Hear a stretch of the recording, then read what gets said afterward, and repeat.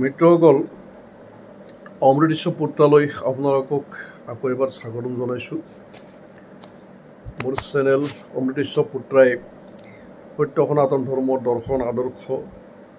ভাৰতীয় সংস্কৃতি পৰম্পৰা যোগ আয়ুৰ্বেদ প্ৰাকৃতিক চিকিৎসা গো মহিমা পঞ্চগব্য মহিমা আৰু প্ৰাকৃতিক জীৱনশৈলীৰ ওপৰত বেদ উপনিষদ গীতা ভাগৱতৰ ওপৰত ধাৰাবাহিকভাৱে কৈ আহি আছে। আজি যিজন ব্যক্তিৰ ওপৰত মই ক'বলৈ অদম্য ইচ্ছা হৈছে মোৰ অন্তৰত, তেওঁৰ নাম হৈছে প্ৰাতস্মৰণীয় পৰলোকগত মহাক্ৰান্তিকাৰী অমৰ বলিদানী ডক্টৰ অৱধেশ পাণ্ডে। মই গুগলত ছাৰ্চ কৰি চালোঁ, অৱধেশ পাণ্ডে কেইবাজনো আছে, তাৰ ভিতৰত ৰেডিঅ'লজিষ্ট এজনো আছে, তেওঁ পাঞ্জাৱৰ হয়। কিন্তু আমি হিমছ হস্পিটালৰ যিজন ডক্টৰ অৱধেশ পাণ্ডেক আজি সকলোৱে জানো আৰু অলপতে তেওঁক আমি পৰলোকগত আত্মাক সমগ্ৰ দেশবাসী অশ্ৰু অঞ্জলি জ্ঞাপন কৰিছোঁ। আৰু প্ৰাকৃতিক চিকিৎসাৰ লগত যোগৰ লগত আয়ুৰ্বেদৰ লগত আৰু ভাৰতীয় আয়ুৰ্বেদৰ প্ৰতি অসীম শ্ৰদ্ধাসম্পন্ন প্ৰতিজন ব্যক্তিয়ে যাক কোনো কালে পাহৰিব নোৱাৰিম, সেই অৱধেশ পাণ্ডেৰ বিষয়ে কিন্তু মই গুগল ছাৰ্চ কৰি তেওঁৰ জীৱনী একো পাব নাপালোঁ। উইকিপিডিয়া ছাৰ্চ কৰিও মই তেওঁৰ জীৱনৰ বিষয়ে জানিব নোৱাৰিলোঁ। গতিকে তেওঁৰ বিষয়ে মই একো ক'ব নোৱাৰিম। মাত্ৰ তেওঁৰ মুখেৰে ওলোৱা যিখিনি একাউণ্ট সেইখিনিৰ পৰা মই গম পাইছোঁ যে তেওঁ এলোপেথিৰ MD আছিল। আৰু এলোপেথিৰ MD থকাৰ কাৰণে এলোপেথি ডক্টৰবিলাকে তেওঁৰ ভিডিঅ'বিলাক খুব মনোযোগ দি চাইছিল। যিমান ভাৰতৰ শ্ৰেষ্ঠ এলোপেথি ডক্টৰ সকলোৱে তেওঁৰ ভিডিঅ'বিলাক খুব মনোযোগ দি চাইছিল। কিন্তু তেওঁ কি পৰিস্থিতিত আয়ুৰ্বেদৰ প্ৰতি আৰু যোগ দৰ্শনৰ প্ৰতি তেওঁ গভীৰভাৱে অনুৰক্ত হ'ল, প্ৰাকৃতিক চিকিৎসাৰ প্ৰতি অনুৰক্ত হ'ল, বা কেনেকুৱা পৰিস্থিতিত তেওঁ হিমছ হস্পিটালৰ দৰে এখন বিশ্ববিখ্যাত আয়ুৰ্বেদ আৰু প্ৰাকৃতিক চিকিৎসাৰ হস্পিটালৰ লগত জড়িত হ'ল, কি পৰিস্থিতিত ডক্টৰ বিশ্বৰূপ ৰায়চৌধুৰীৰ ক্ৰান্তিকাৰী চিন্তাধাৰাৰ প্ৰতি অনুৰক্ত হ'ল, এই বিষয়ে জানিব মই নোৱাৰিলোঁ বহুত চেষ্টা কৰিও। গতিকে যিখিনি বিষয় জানিব নোৱাৰিলোঁ তাৰ কাৰণে আপোনালোকে মোক ক্ষমা কৰি দিব। তেওঁ যিটো মৃত্যু অলৌকিকভাৱে আচলতে আকস্মিক মৃত্যু বুলি কোৱা হৈছে গাড়ী দুৰ্ঘটনাত, কিন্তু সেই মৃত্যুটো ৰহস্যৰ মাজত থাকি যাব চিৰকাল। যেনেকৈ ৰাজীৱ দীক্ষিতজীৰ মৃত্যু, আজি ৰামদেৱে যিমান হাজাৰবাৰ লাখবাৰ স্পষ্টীকৰণ নিদিয়ক কিয় হাৰ্ট এটাকৰ মৃত্যু বুলি, কিন্তু ৰাজীৱ দীক্ষিতজীৰ মৃত্যু যেনেকুৱা কৰি স্বাভাৱিক নহয়, বৰঞ্চ সমগ্ৰ বিশ্বৰ ইয়াত মেডিকেল মাফিয়াবিলাকৰ হাত আছে বুলি সকলোৱে জানে। আৰু ইয়াতে কংগ্ৰেছ আৰু বিজেপিৰো একাংশ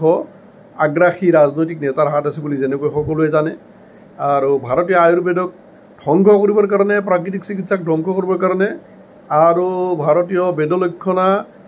গো মহিমাক খৰ্ব কৰাৰ কাৰণে যিটো শক্তিয়ে কাম কৰি আছে আজি 100 বছৰ আগৰ পৰা, এই কংগ্ৰেছ চৰকাৰৰ দিনৰ পৰা যিটো শক্তিয়ে ভাৰতৰ দেশী গাই ধ্বংস কৰাৰ কাৰণে, ভাৰতৰ দেশী বীজবিলাক ধ্বংস কৰাৰ কাৰণে, দেশী শস্য ধ্বংস কৰাৰ কাৰণে, ভাৰতীয় দেশী আমাৰ খাদ্য প্ৰণালী, দেশী আইন প্ৰণালী, দেশী প্ৰশাসন পদ্ধতি, দেশী গৃহ নিৰ্মাণ পদ্ধতি, স্বদেশী প্ৰতিটো বস্তু ধ্বংস কৰাৰ কাৰণে যিটো শক্তিয়ে কাম কৰি আছে, বিশেষ কৰি স্বদেশী চিকিৎসা পদ্ধতি ধ্বংস কৰাৰ কাৰণে কাম কৰি আছে, সেই শক্তিবিলাকে ৰাজীৱ দীক্ষিতজীক হত্যা কৰা বুলি সকলোৱে জানে। আৰু সন্দেহ কৰা হৈছে যে সেনেকুৱা শক্তিৰেই হয়তো ব্লু প্ৰিণ্টৰ বলি হৈছে ডক্টৰ অৱধেশ পাণ্ডে। এইটো মহাকালে বিচাৰ কৰিব, কাৰণ এই বিষয়ে কোনো কেছ দিয়া নাই সুপ্ৰিম কোৰ্টত, আৰু কোনো এই বিষয়টো লৈ কিনে আন্দোলন কৰাও দেখা পোৱা হোৱা নাই। কিন্তু আমাৰ পৰম দুৰ্ভাগ্য, ইয়াতকৈ ডাঙৰ দুৰ্ভাগ্য একো নাই যে এনে এগৰাকী মহান ক্ৰান্তিকাৰী আমি চিকিৎসকক আমি হেৰুৱাইছোঁ, যাক আমি আকৌ জীৱনত আৰু যে কেতিয়াবা যে কোনোবা শতাব্দীত বা কোনোবা কল্পত বা কোনোবা মনন্তৰত তেওঁ যে আৰু ফিৰি আহিব, এইটো কথা আমি আশা কৰিব নোৱাৰোঁ। মাত্ৰ আমি অশ্ৰু অঞ্জলিৰে প্ৰাৰ্থনা কৰিব পাৰোঁ মহাকালৰূপী ভগৱানৰ চৰণত যে ৰাজীৱ দীক্ষিতজী আকৌ ফিৰি আহক, চৰ সুশ্ৰুত ধনন্তৰী আদি বাকভট্ট আদি মহান ব্ৰহ্মৰ্ষিসকল আকৌ ফিৰি আহক ভাৰতত, আৰু তেওঁলোকৰে বিভূতি, তেওঁলোকৰে আশীৰ্বাদ ধন্য ডক্টৰ অৱধেশ পাণ্ডেৰ দৰে ব্যক্তিসকল, ডক্টৰ বিশ্বৰূপ ৰায়চৌধুৰীৰ দৰে ব্যক্তিসকল অজৰ অমৰ হৈ থাকক, এইটো কেৱল প্ৰাৰ্থনা কৰিব পাৰোঁ। অৱধেশ পাণ্ডেক মই এইকাৰণে ভাল পালোঁ যে তেওঁ এলোপেথিৰ MD হয়। তাৰ এলোপেথিৰ MDয়ে কি কৰে, এজন বেমাৰী দেখাৰ লগে লগে প্ৰথমতে কি কৰে, প্ৰেছক্ৰিপশ্যন লেখা আৰম্ভ কৰে। প্ৰেছক্ৰিপশ্যন লিখি চৰ্দি যদি হয় চৰ্দিৰ টেবলেট লিখিব, যদি কয় যে নহয় মোৰ গলৰ বেমাৰ, গলৰ কেইটামান টেবলেট লিখিব, যদি কয় যে মোৰ পেট বিষাই আছে তেনেহ'লে তাক পৰীক্ষা কৰিব দিব কি কাৰণত পেট বিষাইছে। চুগাৰ হ'লে চুগাৰৰ মেডিচিন লিখিব যদি মেডিচিনে কাম নকৰে তেতিয়াহ'লে তাক ইনচুলিন ল'ব দিব গোটেই জীৱনটো ইনচুলিন ল'ব দিব যদি প্ৰেছাৰ হয় তেনেহ'লে প্ৰেছাৰৰ টেবলেট লিখি দিব আৰু ক'ব যে এই টেবলেট মৃত্যুৰ দিনলৈকে টেবলেট নিদিবি যিমান বেমাৰ আছে যদি কেঞ্চাৰ হয় তেনেহ'লে কেঞ্চাৰতো তাক কেমোথেৰাপি কৰিব দিব কেমোথেৰাপি কৰাৰ পিছত তাক মেডিচিন দি থাকিব যেতিয়ালৈকে তাত তিল কৰি মৃত্যু নহয় এই গ'ল্ড ব্লাডাৰ বুলি কোৱাৰ লগে লগে চিধাই অপাৰেশ্যন কৰিব দিব হাৰ্টৰ ডিজিজ বুলি কোৱাৰ লগে লগে তাক হাৰ্টৰ প্ৰথমতে 2-4টা মেডিচিন প্ৰথমতে দি চাব তাৰপিছততো চিধাই বাইপাছ অপাৰেশ্যনৰ কথা হ'ব য'ত 5 লাখ 6 লাখ 7 লাখ 8 লাখ টকালৈকে গতিকে এইটো ছিষ্টেম চলি আহিছে এই ব্ৰিটিছৰ দিনৰ পৰা এই ছিষ্টেমটো চলি আহিছে আমাৰ যিটো চৰক সুশ্ৰুত ভাগৱত ধনন্দৰীৰ দ্বাৰা যিটো নিৰ্দেশিত আৰু যিটো পৰম্পৰাগত আয়ুৰ্বেদ পৰম্পৰাগত যোগ চিকিৎসা পৰম্পৰাগত প্ৰাকৃতিক চিকিৎসা আৰু বেদলক্ষণা দেশী গৌ মাতাৰ বলদৰ গোবৰ গৌমূত্ৰৰ পৰা গাখীৰ ঘিউৰ পৰা মাখনৰ পৰা লাচ্ছিৰ পৰা মেইনলি পঞ্চগব্য বুলি কওঁতে আমি 5টা বস্তু বুজোঁ গাখীৰ দৈ গোবৰ গৌমূত্ৰ ঘিউ এই 5টা বস্তুৰ পৰা যি চিকিৎসা কৰা হয় বা যি মেডিচিন তৈয়াৰ কৰা হয় পঞ্চকৰ্ম চিকিৎসা আয়ুৰ্বেদৰ মূলতে আছে পঞ্চকৰ্ম এতিয়া যিটো আয়ুৰ্বেদ চলি আছে সেইটোতো মডাৰ্ণ আয়ুৰ্বেদৰ যমজ ভাতৃ মাত্ৰ ৰাজীৱ দীক্ষিত যি লক্ষ্যবাৰ কৰি থৈ গৈছে আমাৰ পঞ্চগব্য আচাৰ্য ডক্টৰ নিৰঞ্জন ভাই বৰ্মাজী তো দিনে ৰাতি কৈ আছে যে মডাৰ্ণ আয়ুৰ্বেদ হৈছে মডাৰ্ণ এলোপেথিৰ আচলতে যমজ ভাই আচলতে আয়ুৰ্বেদৰ তাৰে নামেই নাই আসল আয়ুৰ্বেদ হৈছে গ্ৰাম্য আয়ুৰ্বেদ কোনবিলাক যিবিলাকে 3খন বা 4খন গাঁৱৰ কাৰণে মাত্ৰ মেডিচিন বনাইছে বা এখন গাঁৱৰ কাৰণে মেডিচিন বনাইছে যাৰ ঘৰত নিজৰ ঘৰতে ডাঙৰ তাৰমানে শিলৰ হেৰি আছে ঔষধ বনোৱা ডাঙৰ মানে শিলৰ মেচিন আছে বা যিসকলে ইলেক্ট্ৰিক মেচিনত কাম কৰিলেও সেই মেচিন খুব আস্তে চলে যিটো জাপানীজ অত্যন্ত উন্নত টেকন'লজি আজিকালি কোম্পানীবিলাকে সেনেকুৱা মেচিন ব্যৱহাৰ নকৰে এনেকুৱা মেচিনত তাৰমানে ঔষধবিলাক আজিকালি তোৰ মানে বনৌষধিবিলাক মাৰে য'ত মানে প্ৰচণ্ড স্পীডত মানে প্ৰচণ্ড হিট উৎপন্ন হয় তাৰ ফলস্বৰূপে 95% ডক্টৰ আমাৰ অৱধূত বাবা শিৱানন্দই কৈছে যে 95% ইনগ্ৰেডিয়েণ্টছ ধ্বংস হৈ যায় যিটো পদ্ধতিত বৰ্তমান বনৌষধিবিলাকক হেৰি প্ৰচেছিং কৰা হয় এই বনৌষধি প্ৰচেছিঙৰ যিটো পৰম্পৰাগত পদ্ধতি এইটো কেতিয়াবাই শেষ হৈ গৈছে আৰু এতিয়াও যদি কোনোবাই অতি উন্নত যদি জাপানীজ টেকন'লজি ব্যৱহাৰ কৰে তেতিয়াহ'লে আস্তে যি মেচিন চলিব সেই মেচিনৰ দাম বহুত বেছি তেতিয়াহ'লে তাতে কিছু ইনগ্ৰেডিয়েণ্টছ অন্তত থাকে গতিকে আমাৰ অৰিজিনেল আয়ুৰ্বেদ ধ্বংস কৰি দিছে সেই শক্তিবিলাকে আমাৰ পঞ্চকৰ্ম চিকিৎসা ধ্বংস কৰিছে পঞ্চগব্য ধ্বংস কৰিছে আমাৰ শস্যৰ যিবিলাক দেশী বীজ আছে দেশী বীজৰ ঠাইত হাইব্ৰিড বীজৰ দ্বাৰা ক্ৰছ ব্ৰিড বীজৰ দ্বাৰা গোটেই ভাৰত শেষ কৰিছে তাৰোপৰি আমাৰ যিখিনি প্ৰাকৃতিক সাৰ আছিল গোবৰ সাৰ আৰু অন্যান্য প্ৰাকৃতিক সাৰ সেইবিলাক ধ্বংস কৰি তাৰ ঠাইত মাল্টিনেশ্যনেল কোম্পানীৰ স্বাৰ্থত কেমিকেল সাৰ আনিলে মাল্টিনেশ্যনেল কোম্পানীৰ স্বাৰ্থত আনিলে কেমিকেল বীজ আনিলে হাইব্ৰিড বীজ আনিলে ক্ৰছ ব্ৰিড বীজ আনিলে তাৰোপৰি ট্ৰেক্টৰ কোম্পানীৰ স্বাৰ্থত তোৰ বলদ ধ্বংস কৰি দিয়া হ'ল সাৰ গৰু ধ্বংস কৰি দিয়া হ'ল তাৰ ঠাইত ট্ৰেক্টৰ অনা হ'ল গতিকে এইবিলাক ক'ব লাগিলে অনন্ত কোটি কথা ডক্টৰ অৱধেশ পাণ্ডে এনে এজন ব্যক্তি আছিল যোনে আমাৰ দেশী চিকিৎসাক ৰক্ষা কৰাৰ কাৰণে ৰাজীৱ দীক্ষিত যি ভূমিকা লৈছিল প্ৰায় সেই একে ভূমিকা তেওঁ বহন কৰি থৈ গৈছিল চাওক কিছুমান এনেকুৱা কথা অৱধেশ পাণ্ডেৰ মই প্ৰবচনত পাইছোঁ যিবিলাক কোনো এলোপেথি ডক্টৰে কেতিয়াও নকয় যেনে সাধাৰণ কেইটামান উদাহৰণ মই দিম ভিডিঅ' লম্বা হৈ যাব বেছি কথা ক'ব লাগিলে আমি সৰুৰ পৰা দাঁত ঘঁহিবৰ কাৰণে টুথপেষ্ট ব্যৱহাৰ কৰোঁ আজি টুথপেষ্টটো তাতে পতঞ্জলি টুথপেষ্ট হওক বা যিকোনো আয়ুৰ্বেদিক কোম্পানীৰ টুথপেষ্ট হওক বা যিকোনো এলোপেথিক টুথপেষ্ট হওক সকলো টুথপেষ্টত ছ'ডিয়াম লৰেল ছালফেট বুলি এটা বস্তু থাকে ছ'ডিয়াম লৰেল ছালফেট আৰু ছ'ডিয়াম কিবা এটা ছালফেট থাকে যি দুটা কেঞ্চাৰ ৰোগৰ কাৰণেও খুব ঘাতক অত্যন্ত ঘাতক আৰু কেঞ্চাৰৰ প্ৰধান কাৰণ অথচ আমি ৰাতিপুৱা উঠি কিনে সকলোৱে ব্ৰাছডাল লৈছোঁ আৰু চিধাই তাতে পতঞ্জলি টুথপেষ্ট বা কিবা এটা টুথপেষ্ট মাৰি দিছোঁ ভাবিছোঁ যে মই আয়ুৰ্বেদিক টুথপেষ্ট মাৰিছোঁ গতিকে মোৰ চিন্তা নাই ডক্টৰ অৱধেশ পাণ্ডে আমাক আকৌ সেই অৰিজিনেল আয়ুৰ্বেদলৈকে লৈ গ'ল তেওঁ আমাক বুজাই দিলে যে যদি দাঁতৰ সকলো বেমাৰৰ পৰা মুক্তি পাব খোজোঁ দাঁতৰ বিষৰ পৰা পায়েৰিয়াৰ পৰা ডেণ্টেল ফিষ্টুলাৰ পৰা মুখৰ দুৰ্গন্ধৰ পৰা আদি কৰি দাঁত সৰাৰ পৰা দাঁতৰ নাৰ্ভ দুৰ্বল হোৱাৰ পৰা যিমান বেমাৰ আছে তেনেহ'লে আমি শুদ্ধ জৈৱিক হালধি ল'ব লাগিব শুদ্ধ সৰিয়হৰ তেল ল'ব লাগিব যদি কোল্ড প্ৰেছ বা উড প্ৰেছ একদম বলদে টানা হ'লে বেছি ভাল বলদে টানা ঘানিৰ মিঠাতেল হ'লে বেছি ভাল তাৰপিছত শুদ্ধ সন্ধ্যা নিমখ ল'ব লাগিব তাতে ভীম চেনি কপোৰ ল'ব লাগিব তাতে এই 4টা বস্তুৰ লগত অলপমান নেমু টেঙা ল'ব লাগিব নাইবা অলপমান তাতে আমি ল'ব পাৰোঁ হেৰি গোবৰ চূৰ্ণ অলপমান মিলাই ল'ব পাৰোঁ বা তাতে ইচ্ছা কৰিলে অলপমান আদা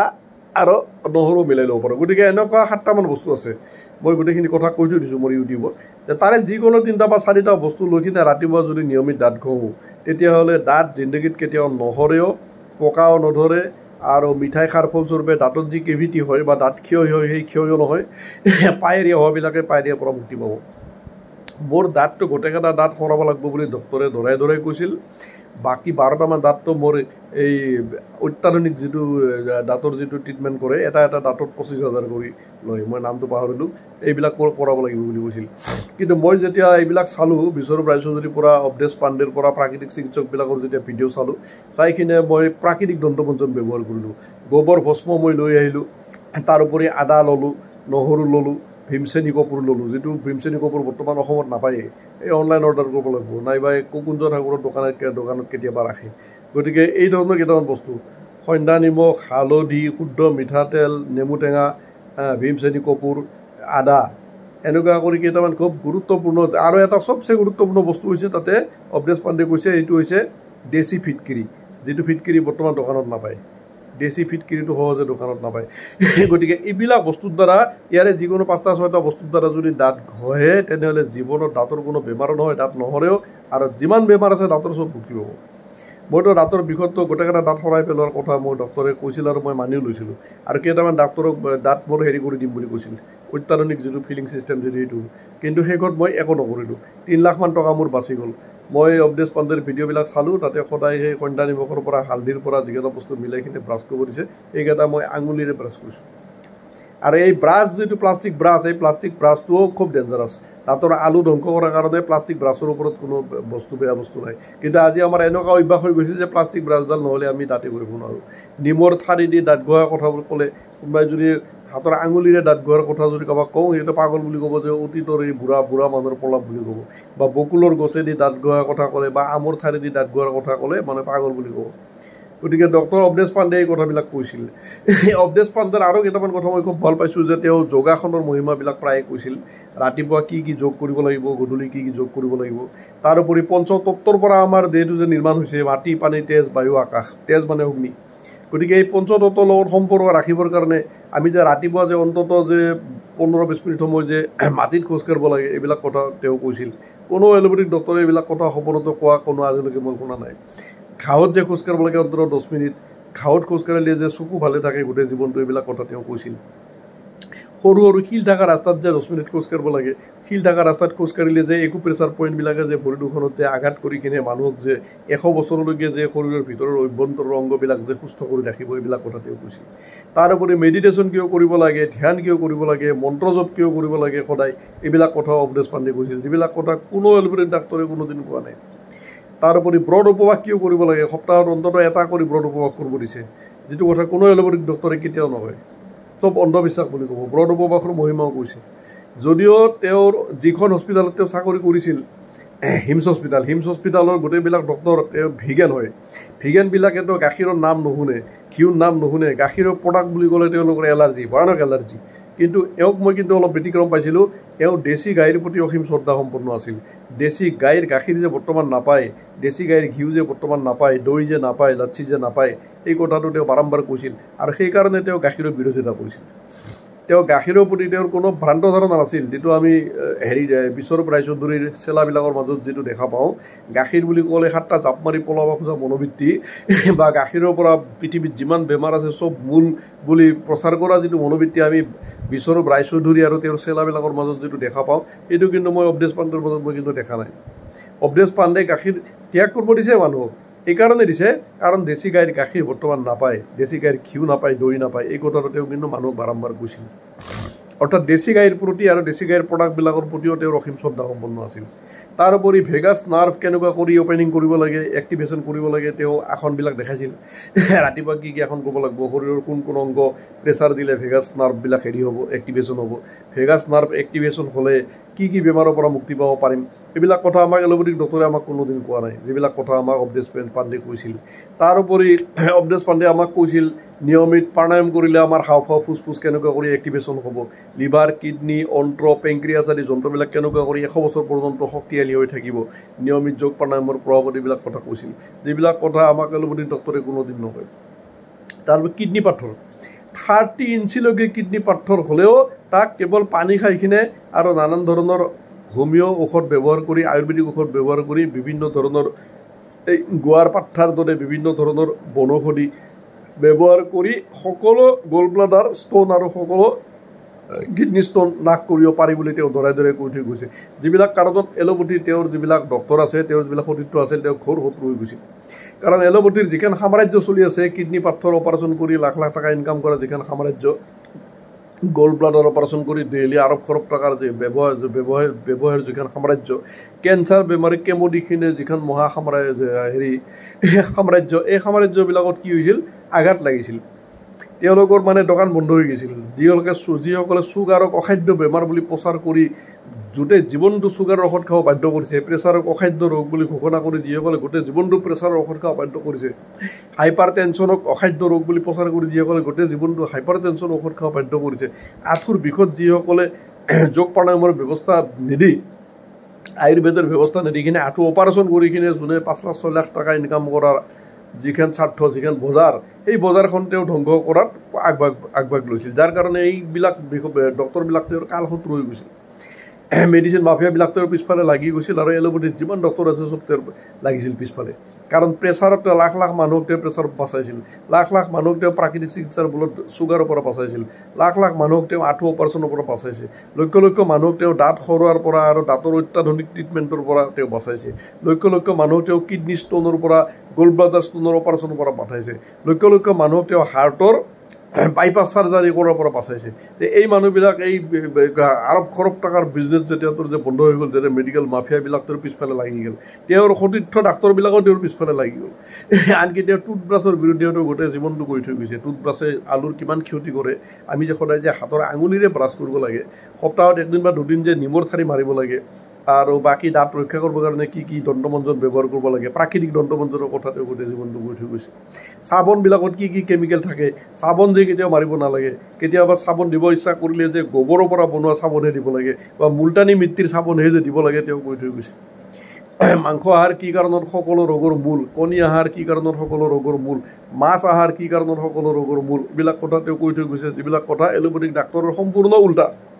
কাৰণ এলোপেথিক ডাক্তৰে যিকোনো বেমাৰত মাছ মাংস কণী পূৰ্ণ উদ্যমত খাই থাকিবৰ কাৰণে ক'ব কেঞ্চাৰৰ পৰা চৰ্দিৰ পৰা পানী লগে সংসাৰত চব বেমাৰতে 3টা কৰি কণী খাব দিব 2 কেজি কৰি মাংস খাব দিব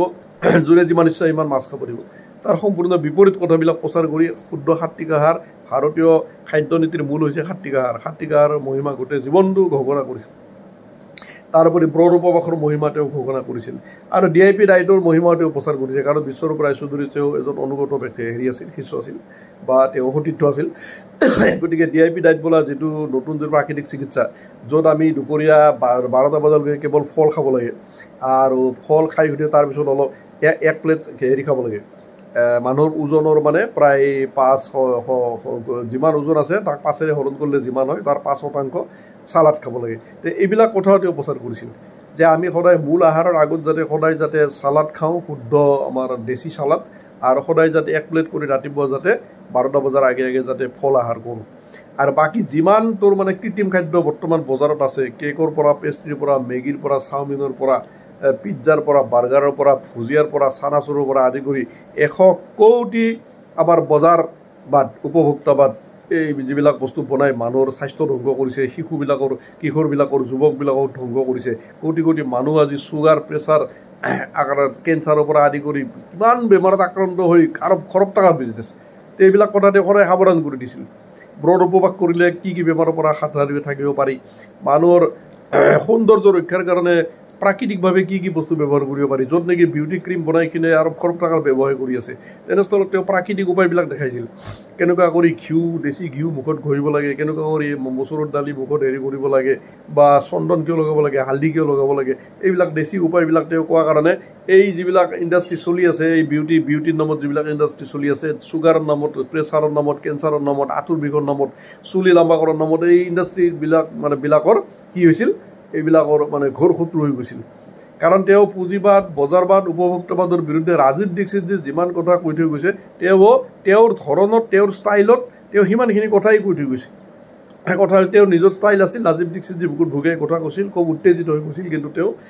স্থিৰভাৱে নম্ৰভাৱে প্ৰত্যেকটো কথা কৈছিল তেওঁক বহুতে ভালো পাইছিল যদিও তেওঁ এলোপেথিক ডাক্তৰবিলাকৰ কালশত্ৰু হৈ গ'ল শেষত তেওঁ মেডিচিন কোম্পানীবিলাকৰো কালশত্ৰু হৈ গ'ল আৰু আমাৰ যিসকল আয়ুৰ্বেদৰ যিসকল ঘোৰ শত্ৰু প্ৰাকৃতিক চিকিৎসাৰ যিসকল ঘোৰ শত্ৰু ভাৰতীয় সংস্কৃতি ভাৰতীয় জীৱন প্ৰণালীৰ যিসকল ঘোৰ শত্ৰু তেওঁলোক যদিও পাণ্ডেৰ ঘোৰ শত্ৰু হৈ গ'ল কিন্তু যিসকল ভাৰতীয় সংস্কৃতিৰ ভক্ত যিসকল যোগৰ ভক্ত আয়ুৰ্বেদৰ ভক্ত প্ৰাকৃতিক চিকিৎসাৰ ভক্ত প্ৰাকৃতিক জীৱনশৈলীৰ ভক্ত তেওঁলোকে কিন্তু তেওঁক সাক্ষাৎ ৰাজীৱ দীক্ষিতজীৰ মানে এজন প্ৰতিৰূপ ৰূপত তেওঁক পূজা কৰিছিল এতিয়াও ভাৰতত লক্ষ লক্ষ কোটি ঘৰত এনেকুৱা মানুহ আছে মোৰ দৰে যিসকলে তেওঁকতো সাক্ষাৎ ৰাজীৱ দীক্ষিতজীৰ দ্বিতীয় প্ৰতিৰূপ বুলিয়ে মানে এতিয়া আজি বেছি কথা নকওঁ ইতিমধ্যে 20 মিনিট পাৰ হৈ গ'ল ইউটিউবত আচলতে 15 মিনিটৰ ওপৰত ক'বই নালাগে তেওঁৰ বিষয়ে ক'ব লাগিলে মহাভাৰত আচলতে 1 মাহ 2 মাহ 3 মাহ কৈ থাকিলেও অৱধেশ পাণ্ডেজীৰ হেৰি নহ'ব আপোনালোকে ডক্টৰ অৱধেশ পাণ্ডে হিমছ হস্পিটেল বুলি চাৰ্চ কৰিলে তেওঁৰ গোটেইবিলাক ভিডিঅ' পাব মই আশা কৰিছোঁ সকলোৱে ভিডিঅ'টো চাওক সকলোৱে শ্বেয়াৰ কৰক সকলোৱে লাইক কৰক আৰু মোৰ চেনেলত সকলোৱে নতুন কৰি ছাবস্ক্ৰাইব কৰক নতুনসকলে আৰু মই প্ৰাৰ্থনা কৰিছোঁ আৰু প্ৰাৰ্থনা কৰিম মই মোৰ গুৰুদেৱ পৰব্ৰহ্ম বাবামণি চৰণত যাতে পুনৰ ৰাজীৱ দীক্ষিতজী পৃথিৱীত আহি কিনে পুনৰ যাতে ভাৰতীয় স্বদেশী বিচাৰ ক্ৰান্তিৰ দুন্দুবি বজাই পুনৰ যাতে আহে ডক্টৰ অৱধেশ পাণ্ডে যাতে আহি পুনৰ যাতে প্ৰাকৃতিক চিকিৎসা যোগ চিকিৎসা আয়ুৰ্বেদ চিকিৎসা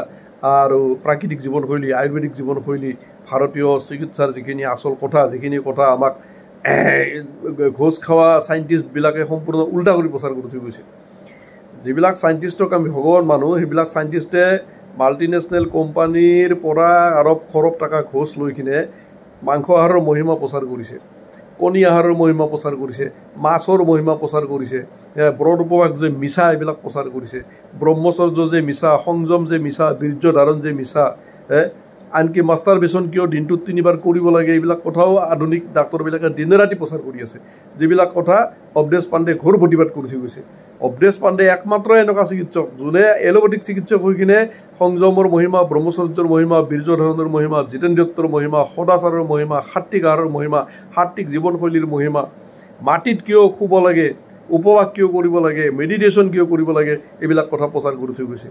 আনকি পঞ্চকোষৰ মহিমাও প্ৰচাৰ কৰি থৈ গৈছে থাৰ্ড আই এক্টিভেশ্যন